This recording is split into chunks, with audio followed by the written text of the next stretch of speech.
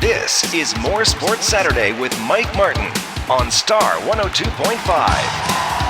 Thanks for joining us here on More Sports Saturday. We also want to thank today's sponsors, Moe's Southwest Grill and Van Camp Meacham and Newman. Pinecrest Damian Pride rushed for 151 yards and 2 touchdowns, and teammate Raphael Austin had a 97-yard kickoff return for a touchdown as the Patriots beat Hoke County 28-21 Friday in Southern Pines. Pride averaged 6.2 yards per carry on his final night in a Patriot uniform, and he became the first running back to gain 1,000 yards in the season since the year 2000. The senior running back tied the game at 9:05 of the second quarter on a 1-yard touchdown run, then exploded for a 20-yard score in the final minute of the third quarter. Pinecrest quarterback Kyle Ochiltree connected with Danny Monroe for a 10-yard touchdown with 1:06 to play in the second quarter to knot the score at 14 at the half. Hoke County running back Detrez Newsom carved up the Patriot defense for 306 yards on 45 carries and 3 touchdowns. The sophomore burned the Patriots for an 83-yard score in the first quarter, then crossed the goal line from 5 yards out in the second and 1 yard in the fourth. Following Newsom's fourth quarter score, Pinecrest Austin took the ensuing kickoff 97 yards for a touchdown with 4:23 to play in the game. Raphael Austin takes it on the 3, at the 5, the 10, the 15, the 20. He's got a gap at the 30, the 35, the 40. One man to beat. He's in midfield. 40, 35, 30, 20, 15, 10, 5. Touchdown, Patriots. No flags on the play.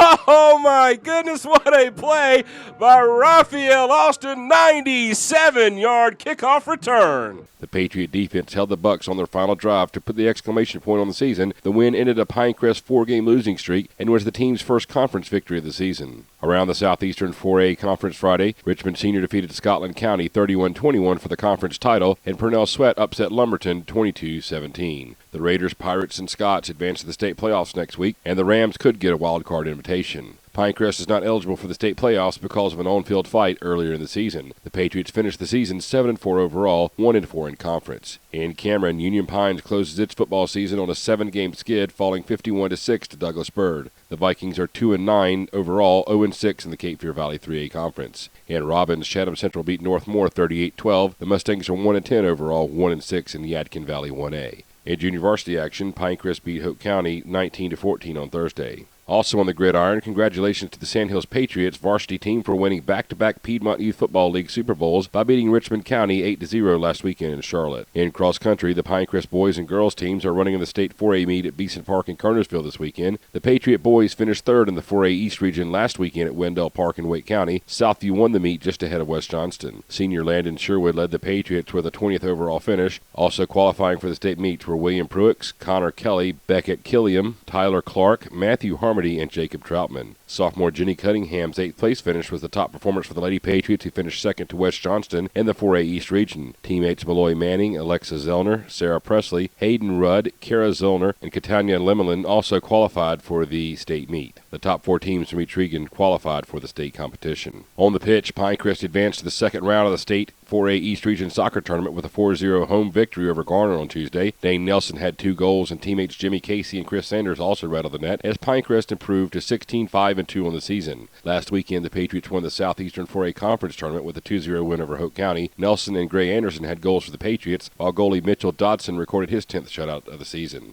In other news, November 1st marked the start of winter sports tryouts as high school athletes compete for spots on their boys and girls basketball, wrestling, swimming, and indoor track teams. We'll have more on these sports in the coming weeks on More Sports Saturday. Our next live broadcast on More Sports Radio is tonight as the Pinecrest soccer team hosts East Wake in the second round of the state 4A East Region Soccer Tournament. Pinecrest coach Todd Abbey said the East Wake team is going to be a difficult second round opponent. East Wake's a good team. They do have a national pool player, which is a kid that plays on the U18 national team that plays in the middle of the park for them. And then they have another kid that went down to the residency program in Bradenton, Florida for the national team that plays center back. So we're going to have to, we're going to change our philosophy a little bit and kind of play a little more defensive-minded with a counterattack just to see how the game flows. If we can gain control of the midfield, then we're just going to go to our normal set and go at them. But, these kids, they're resilient. They're a very good soccer group. And, I have no doubt that, we're going to come out on top. You can listen to the game live on MooreSportsRadio.com starting at 6:20 p.m. with the Moe's Southwest Grill countdown to kickoff. Thanks for joining us today, and we'll see you at a local ballgame. You've been listening to More Sports Saturday with Mike Martin